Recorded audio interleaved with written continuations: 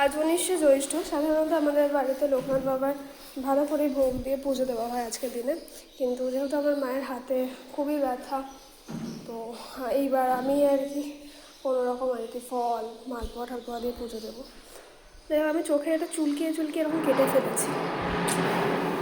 লোকনাথ বাবার পুরোটা দেশলাই দিয়ে করা।